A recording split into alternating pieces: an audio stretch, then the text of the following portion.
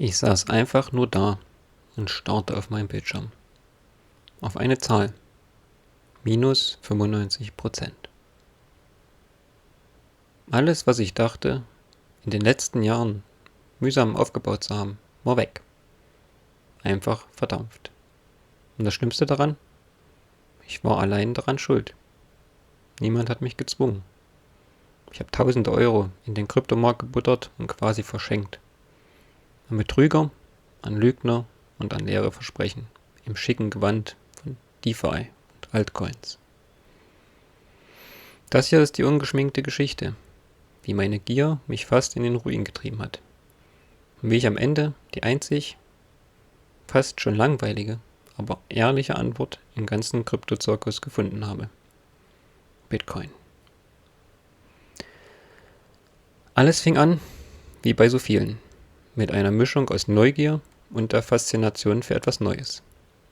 Es war 2021. Der Hype um Krypto war einfach überall. Man hatte das Gefühl, an der Schwelle zu einer neuen Welt zu stehen.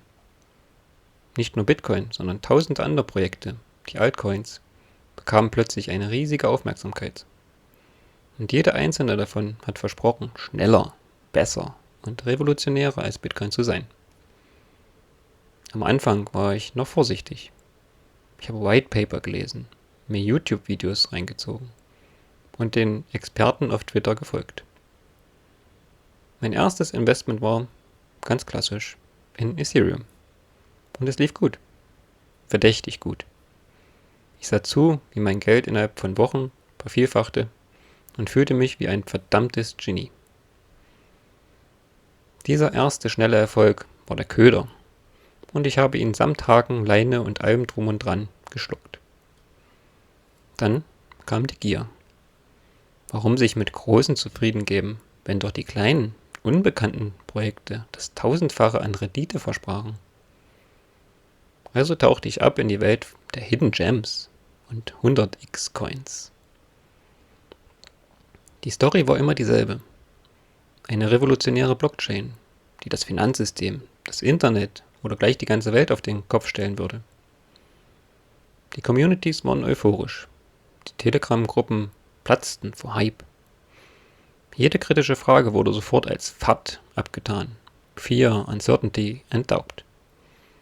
Bloß keine schlechte Stimmung. Wir waren ja alle auf dem Weg zum Mond. Ich erinnere mich an ein Projekt, das eine dezentrale Social-Media-Plattform versprach. Das Marketing war top. Die Website sah professionell aus. Und die Gründer waren in Interviews super charismatisch. Ich habe eine ordentliche Summe investiert. Die Warnsignale habe ich alle ignoriert. Die Gier und die Angst, etwas zu verpassen, das berüchtigte FOMO, waren lauter als jede Vernunft. Ich wollte glauben, dass ich in den nächsten großen Coup gelandet hatte. Ich dachte, ich wäre schlauer als der Rest. Ein fataler Irrtum, wie sich zeigen sollte. Was ich damals nicht kapierte, viele dieser Projekte versuchten gar nicht, Bitcoin technologisch zu übertreffen, sondern wollten einfach nur auf seiner Weise, auf seiner Welle mitschwimmen und an Wert gewinnen. Die ganze Szene fühlte sich an wie ein riesiges digitales Casino. Und ich stand mittendrin. Der erste heftige Schlag kam unerwartet. Das Projekt mit der dezentralen Social-Media-Plattform. Über Nacht war die Website offline. Der Twitter-Account gelöscht. Die Telegram-Gruppe stumm. Und die Gründer? Weg. Und mit ihnen das ganze Geld. Ein klassischer Rugpull. Der Teppich wurde uns unter den Füßen weggezogen. Ich saß fassungslos vor meinem Rechner. Habe die Seite immer wieder neu geladen. Schock. Wut. Und dann diese tiefe, nagende Scham. Wie konnte ich nur so dumm sein? Die Zeichen waren doch da.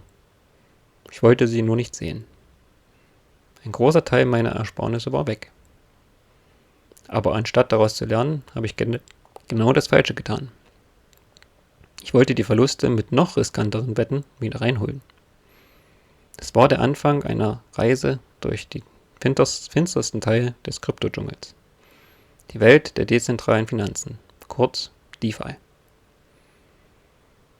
Hier waren die Versprechen noch lauter. Yield Farming mit 4-stelligen Jahresrenditen. Liquidity Pools mit unfassbaren Gewinnen. Ich investierte in ein Protokoll, das sich als dezentrale Bank ausgab und astronomische Zinsen versprach. Und es hat sogar funktioniert. Für ein paar Wochen.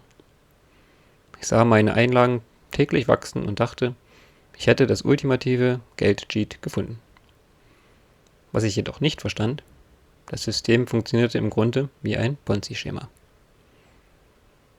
Die hohen Renditen kamen also nicht von echter Wertschöpfung, sondern wurden einfach aus dem Geld der Leute bezahlt, die nach mir einstiegen. Der Zusammenbruch kam schleichend.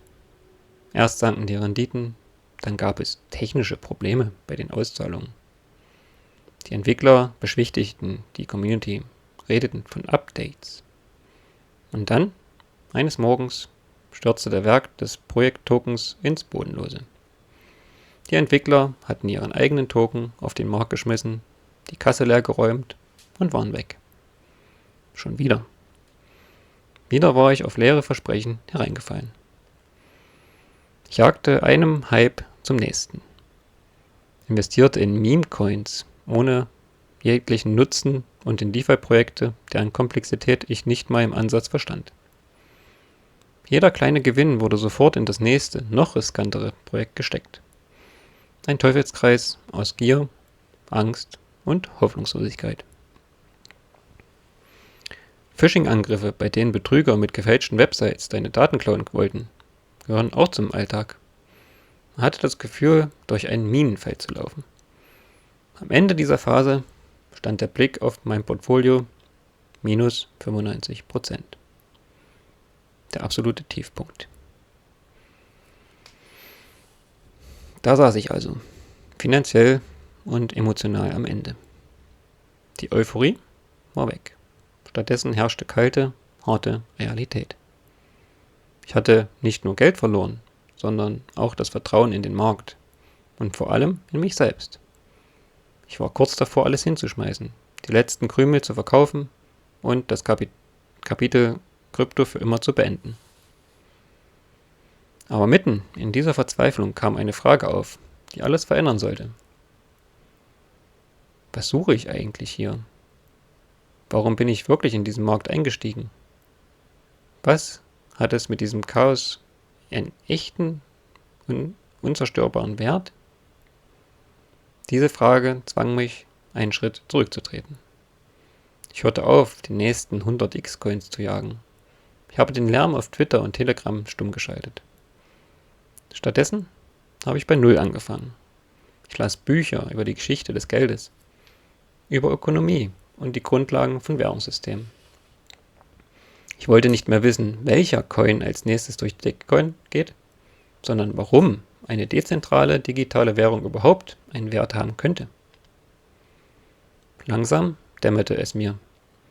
Ich verstand die fundamentalen Unterschiede zwischen Bitcoin und den Tausenden von Altcoins. Mir wurde klar, dass der Begriff Krypto ziemlich irreführend ist. Er wirft zwei komplett verschiedene Dinge in einen Topf. Auf der einen Seite Bitcoin und auf der anderen Seite ein riesiges, experimentelles Casino voller Token. Viele dieser Projekte haben zentrale Gründerteams oder Stiftungen, die von Anfang an einen riesigen Anteil der Coins kontrollieren. Sie sind oft bei Weitem nicht so dezentral, wie sie behaupten, sondern eher wie digitale Währungen mit einem charismatischen CEO an der Spitze. Mein Aha-Moment war die Erkenntnis, dass es nicht um die höchsten kurzfristigen Renditen geht. Es geht darum, was auf lange Sicht die besten Eigenschaften als Wertspeicher hat. Und bei dieser Frage landete ich, nach all den schmerzhaften Umwegen, immer und immer wieder bei Bitcoin. Nach meiner Irrfahrt durch den Altcoin-Dschungel fühlte sich das Verständnis für Bitcoin an wie die Ankunft in einem sicheren Hafen. Plötzlich sah ich, dass die angeblichen Schwächen von Bitcoin, seine Langsamkeit, seine scheinbar simple Technologie, in Wahrheit seine größten Stärken sind. Und der wichtigste Punkt für mich, die absolute Knappheit. Es wird niemals mehr als 21 Millionen Bitcoin geben. Das ist kein Versprechen von einem CEO, sondern fest im Code verankert und durch das leistungsstärkste Computernetzwerk der Welt abgesichert. Bei unseren normalen Währungen können Zentralbanken die Geldmenge theoretisch immer weiter ausweiten, was ein ständiges Risiko für Inflation und den Wertverlust unserer Ersparnisse darstellt. Bitcoin ist der Schutz davor. Dein Anteil am Kuchen kann nicht einfach so verwässert werden. Der zweite Punkt, eine echte Dezentralisierung. Bitcoin hat kein CEO, kein Marketing-Team und keinen zentralen Firmensitz, den man verklagen oder unter Druck setzen könnte. Es gibt keine zentrale Stelle, die einfach die Regeln ändern, Transaktionen zensieren oder das Netzwerk abschalten könnte. Nach meinen Erfahrungen mit Rugpulls und betrügerischen Gründern war das eine Offenbarung. Bei Bitcoin gibt es keine zentrale Partei, die dich übers Ohr hauen könnte. Die Verantwortung liegt 100% bei dir. Not your keys, not your coins ist nicht nur ein Spruch, es ist das Kernprinzip der Selbstverantwortung. Drittens verstand ich die unterschiedliche Philosophie. Für mich spiegelten viele Altcoin-Projekte eine Mentalität des ständigen Eingreifens und Optimierens wider. Bitcoin hingegen fühlte sich für mich eher wie eine Entsprechung der österreichischen Schule der Ökonomie, die freie Märkte und hartes, knappes Geld befürwortet. Es ist ein System, das auf festen Regeln statt auf Launen von Einzelnen basiert. Die hohe Volatilität, die für mich früher abgeschreckt hat, sah für mich jetzt ganz anders aus. Als den Preis, den man für die weltweite Preisfindung eines komplett neuen Wertspeichers zahlt. Ich begann über Opportunitätskosten nachzudenken, aber andersherum. Was kostet es mich, nicht in Bitcoin investiert zu sein, wenn es sich tatsächlich als das digitale Gold des 21. Jahrhunderts durchsetzt? Das ist kein Versprechen, sondern ein Gedankenspiel über Chancen, die man vielleicht verpasst. Mein Weg war teuer und schmerzhaft, aber er hat mich zu einer einfachen Wahrheit geführt. Ich bin in den Kryptomarkt eingestiegen, weil ich ein schnelles Geld machen wollte. Ich habe ihn als jemand verlassen, der verstanden hat, was solides Geld wirklich bedeutet. Der Altcoin- und DeFi-Space war für mich ein Minenfeld aus falschen Versprechen, angetrieben von Gier. Bitcoin ist das genaue Gegenteil. Es ist berechenbar, transparent und ehrlich in seiner Schlichtheit. Mach nicht dieselben Fehler wie ich. Hinterfragt die Versprechen von unglaublichen Renditen. Versteht, dass alles, was zu gut klingt, um wahr zu sein, es meistens auch nicht ist. Lasst euch nicht von der Gier leiten, sondern von soliden Prinzipien. Meine Reise hat mich eine Stange Geld gekostet, aber die Lektion war unbezahlbar. Er hat mich von einem naiven Zocker zu einem überzeugten Bitcoin-Sparer gemacht. Und jetzt seid ihr dran. Habt ihr ähnliche Erfahrungen gemacht? Was waren eure größten Fehler und was habt ihr daraus gelernt? Schreibt mir das gern in die Kommentare. Lasst uns offen und ehrlich darüber reden, um uns gegenseitig zu warnen und voneinander zu lernen. Wenn ihr mehr solche ehrliche Einblicke in die Welt von Bitcoin wollt, abonniert gern diesen Kanal und liked dieses Video. Passt auf euer Geld auf. Und damit vielen Dank und bis zum nächsten Mal auf diesem Kanal.